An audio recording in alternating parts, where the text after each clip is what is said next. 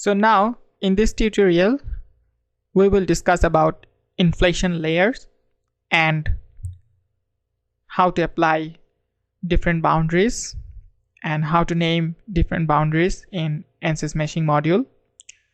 So before discussing about how to do inflation layer, let's talk something about inflation layer and why we need inflation layer. So if you see this slide, we are pretty much known about boundary layers. If we know advanced fluid mechanics, boundary layer is one of the most important topics in fluid mechanics. So in the left side here you have a flat plate, and due to viscosity a boundary layer forms, and you can see the velocity distribution at different point. Here the velocity is fully developed, and this is the upstream velocity profile, and this is the fully developed velocity profile. And to resolve this velocity profile you need a very tiny amount of mesh, very small mesh and very dense mesh in the wall near to the boundary. That's why we use this structured inflation layer. That means some very small size of mesh will inflate layer by layer near the wall to resolve the boundary layers. And the right side you can see the airfoil, and it also creates boundary layer for the drags. And to resolve this boundary layer we also need to make an inflation layer around the airfoil, as you can see here. So we will see in our mesh how to develop a inflation layer around the cylinder. So now if you go here and if you cut your cylinder with a new cut plane from the middle, you can see there is no inflation layer.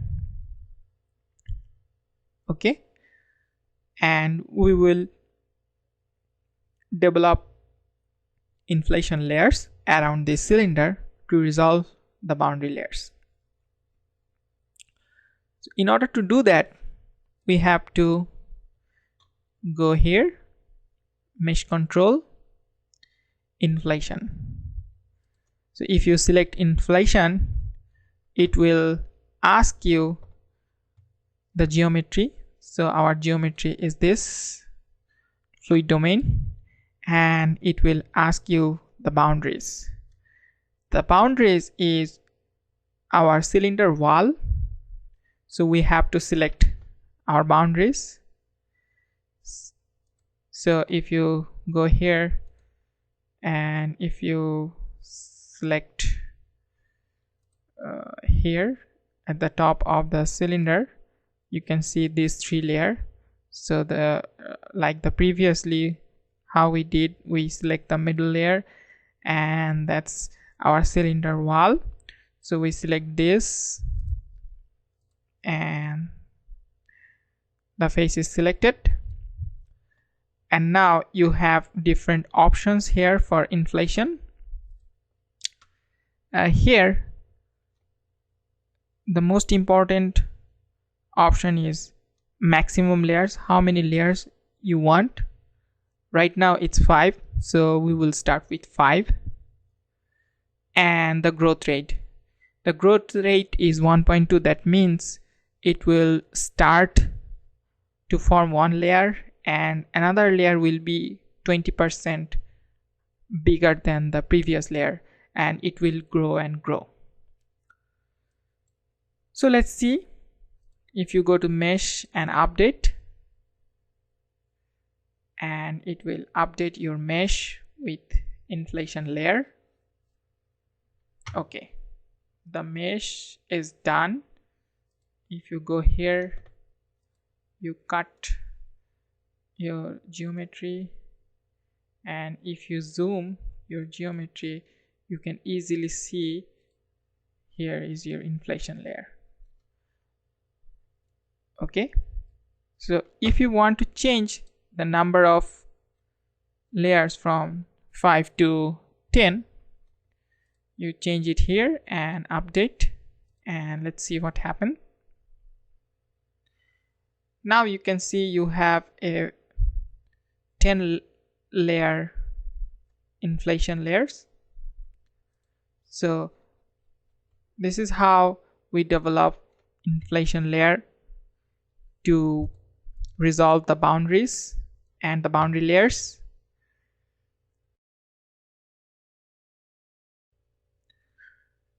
So once you are done with your meshing, then you have one last thing to do in ANSYS meshing module, and that is defining the boundaries.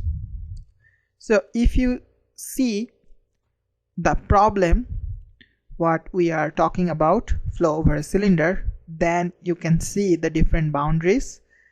The boundaries are, this face is our inlet, this face is our outlet, and this four face is our wall, and this is our cylinder wall. So we have inlet boundary, we have outlet boundary, we have walls, and we have cylinder wall. So you can name it here, and Fluent will consider that as what type of boundary is it. So if you go to wireframe, you can see the cylinder here.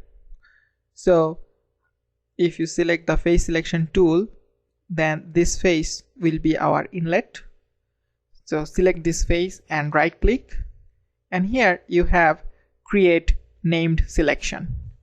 So select this and it will ask you what's the name of this boundary. So it's inlet, inlet.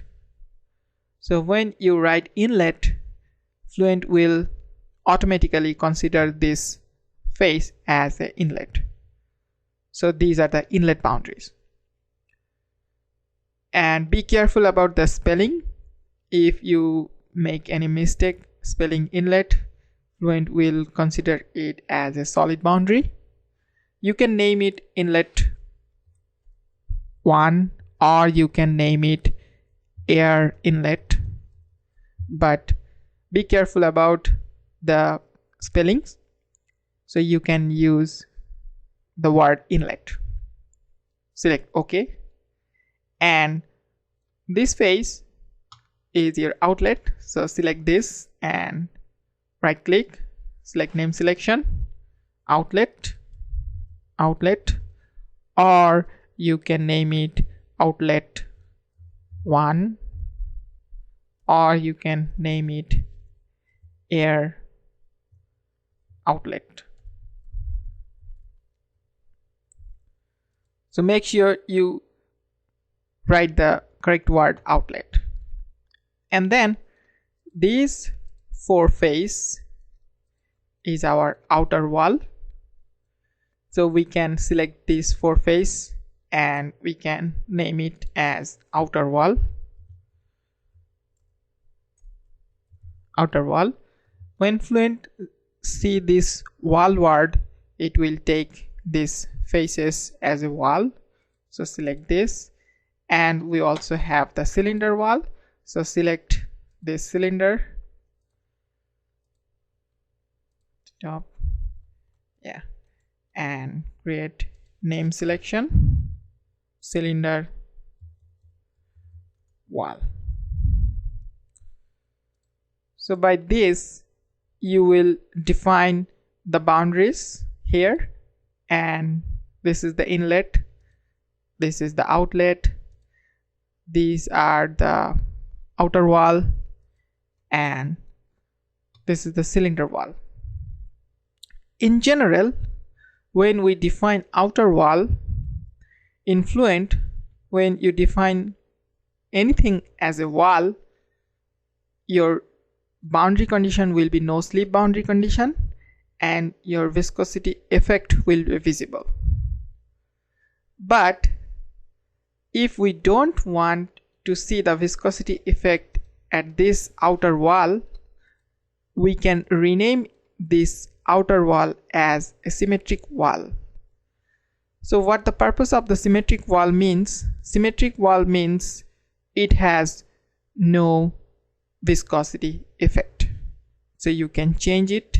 Still it will be wall, but it will be symmetric wall so that we don't have any viscous effect on that wall.